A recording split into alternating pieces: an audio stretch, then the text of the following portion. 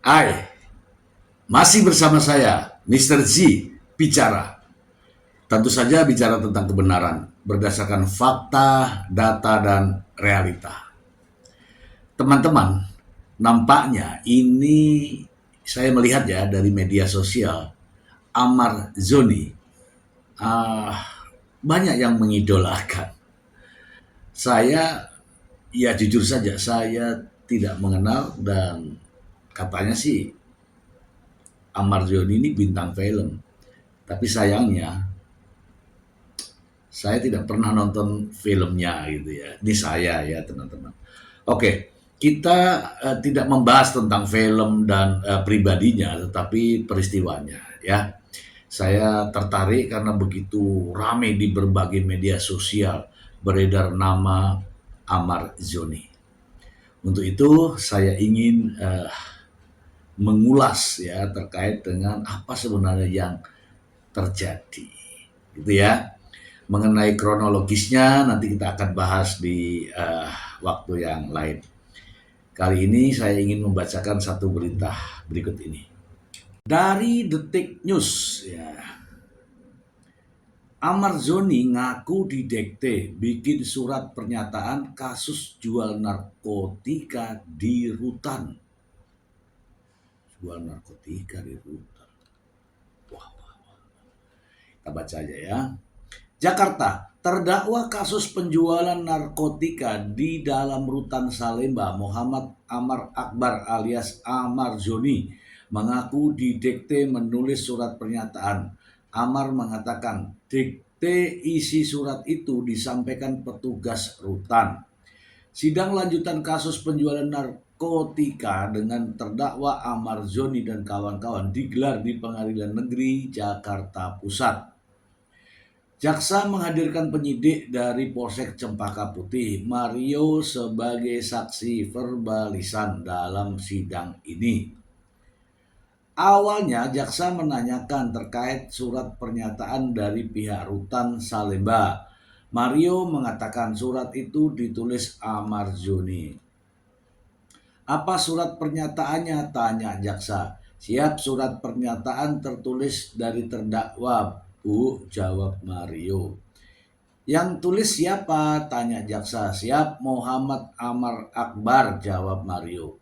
Didapatnya dari mana? Tanya jaksa. Siap, dari rutan Ibu, jawab Mario. Jaksa, Mario, Amar Zoni, dan tim penasihat hukumnya lalu maju ke depan majelis. Jaksa meminta Mario membaca surat pernyataan tersebut. Apa isinya? Tolong dibaca, pinta jaksa. Ya, pada hari Jumat malam sekitar pukul 21.00 WIB, petugas dari Cempaka datang untuk menggeledah kamar saya dan ditemukan narkotika jenis sabu dan sinte. Lalu saya dibawa ke depan untuk diinterogasi dan saya, ujar Mario. Majelis hakim kemudian meminta Amar melanjutkan membaca sendiri surat pernyataan tersebut. Amar sempat membaca penggalan awal surat tersebut. Lalu saya dibawa ke depan dan saya diinterogasi dan saya digeledah di depan atas kamar serta saya peredaran narkoba Rutan Salemba sebagai titik-titik, ujar Amar lalu berhenti membaca. Amar berhenti membaca surat itu dan mengaku didekte petugas rutan. Dia mengakui surat pernyataan itu ditulisnya, namun isinya didekte oleh petugas rutan. Ini bukan saya, ujar Amar. Bukan, ini tulisan siapa? Tanya hakim. Enggak, ini semuanya saya yang nulis, tapi maksudnya saya disuruh, jawab Amar. Disuruh siapa? Tanya hakim. Disuruh sama pihak rutan. Panggil saja besok, jawab Amar. Dakwaan Amar Zoni. Sebelumnya Amar Zoni didakwa menjual narkotika jenis sabu di Rutan Salemba, Jakarta Pusat. Amar Zoni menerima sabu itu dari seseorang bernama Andre. lalu dijual dan diedarkan di dalam rutan. Amar Zoni didakwa bersama 5 terdakwa lainnya, yakni terdakwa 1 Asep bin Sarikin, terdakwa 2 Ardian Prasetyo bin Ari Ardi, terdakwa 3 Andi Mualim alias Koh Andi, terdakwa 4 Ade Chandra Maulana bin Mursalih, terdakwa 5 Muhammad Rifaldi. Melakukan tindak pidana percobaan atau pemufakatan jahat tanpa hak atau melawan hukum, menawarkan untuk dijual, menjual, membeli, menerima, menjadi perantara dalam jual beli, menukar atau menyerahkan narkotika golongan 1 dalam bentuk bukan tanaman, beratnya melebihi 5 gram. Perbuatan tersebut dilakukan oleh para terdakwa, ujar jaksa. Jual beli narkoba itu diduga sudah terjadi sejak tanggal 31 Desember 2024. Oke, kita bahas ya teman-teman, kita bahas. Judulnya ini, ya kan, dari judulnya saja ya, Amar Zoni ngaku didikte bikin surat pernyataan kasus jual narkotika di rutan. Oke ya, ini Amar Zoni kan public figure, orang pintar, bintang film katanya.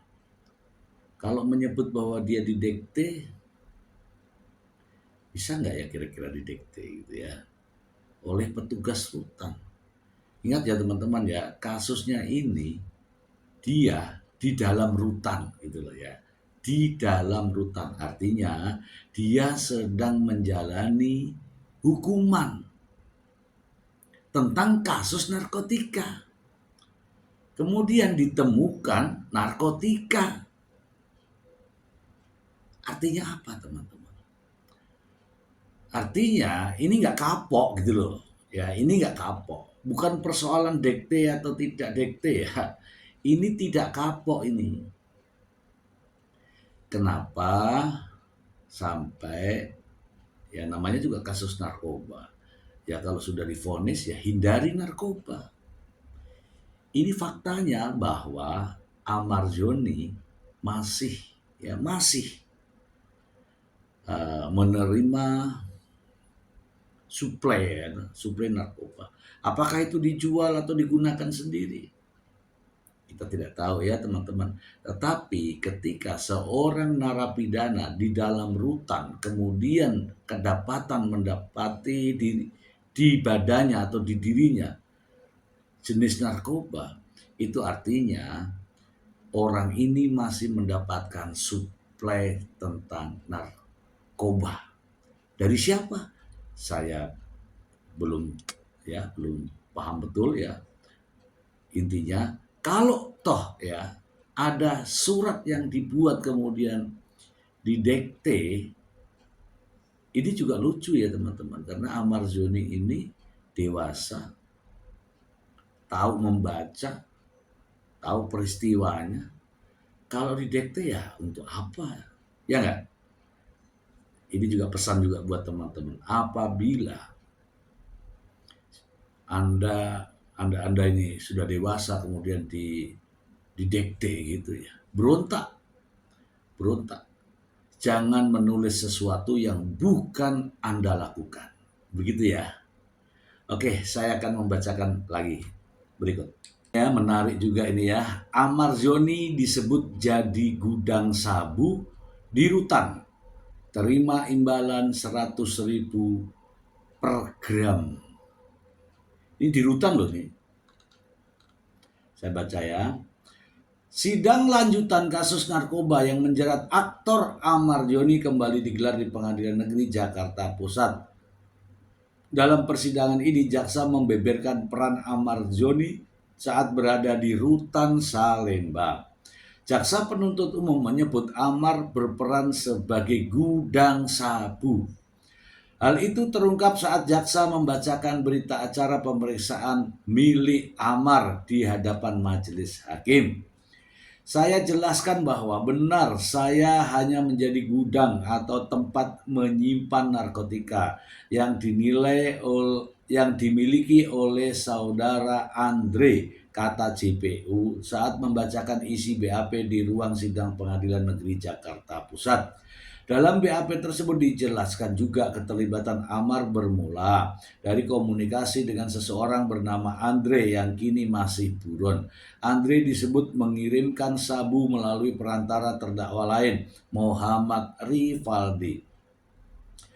Awalnya saudara Andre menelpon bahwa ingin memberikan narkotika jenis sabu kepada saya sebanyak 100 gram yang diantarkan melalui saudara Muhammad Rivaldi.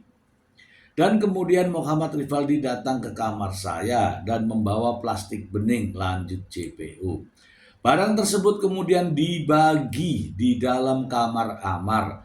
Sebagian dibawa oleh Rivaldi, sementara sisanya disimpan oleh Amar. Saudara Muhammad Rivaldi memecah paket tersebut menjadi 50 gram dan 50 gram. Satu paket berisi 50 gram itu dibawa oleh Muhammad Rivaldi dan sisanya saya simpan di dalam lemari di kamar saya. Bunyi pengakuan Amar yang dibacakan di persidangan. Amar Joni disebut tidak menjalankan peran tersebut secara gratis. Ia dijanjikan imbalan uang untuk setiap gram sabu yang disimpan. Dijanjikan 100.000 per 1 gram, ungkap saksi polisi Mario. Sebelumnya, jaksa menjelaskan bahwa sabu seberat 100 gram tersebut rencananya akan diedarkan kembali di dalam rutan. Namun, aksi tersebut akhirnya terbongkar oleh petugas. Atas perbuatannya, Amar Joni didakwa dengan dakwaan berlapis. Dakwaan utama adalah pasal 114 ayat 2, junto pasal 132 ayat 1 tentang peredaran narkotika. Selain itu, ia juga dikenakan dakwaan pasal 112 ayat 2, junto pasal 132 ayat 1 Undang-Undang Nomor 35 Tahun 2009 tentang narkotika. Oke. Makin jelas ya teman-teman ya, makin jelas. Kita bahas. Teman-teman, dari rangkaian berita informasi ini tadi yang saya bacakan, memang ada kaitannya teman-teman. Saya melihat begini. Ini adalah terpidana kasus narkoba di Rutan Salemba. Di Rutan Salemba masih juga menerima narkoba. Artinya, satu adalah Amar Joni tidak bisa mengelak dari fakta ini. Yang kedua, pengawasan Rutan Salemba.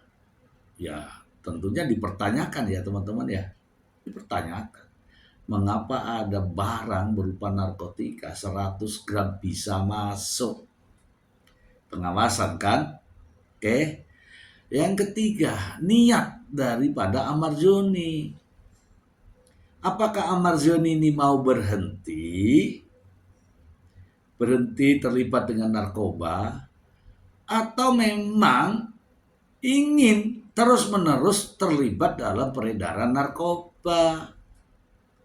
Begitu ya teman-teman ya. Jadi ya kalau saya melihat ya sulit bagi Amar Joni ini ya dari peristiwa ini ya mengelak dari tuduhan apapun yang dibuatnya karena ini ada rangkaiannya. Bahkan masih ada satu buron yaitu pemilik narkoba ini yang sebesar 100 gram tadi. Ya kan? Nah sekarang buronnya harus yang ditangkap supaya memperjelas cerita ini. Jangan sampai si buron ini tetap buron. Kapan ditangkapnya kita tidak tahu. Oke ya teman-teman ya. Jadi itulah faktanya bahwa Amar Joni tidak bisa mengelak dari kasus ini. Ya, karena padanya lah ditemukan 50 gram jenis narkotika itu saat di kamar, di lemarinya. Itulah faktanya. Pengawasan dalam rutan tadi juga dipertanyakan. Mengapa ada barang seperti itu bisa lolos masuk? Itu saja teman-teman, semoga informasi ini bermanfaat untuk kita semua. Jauhi narkoba. Terima kasih. Bye.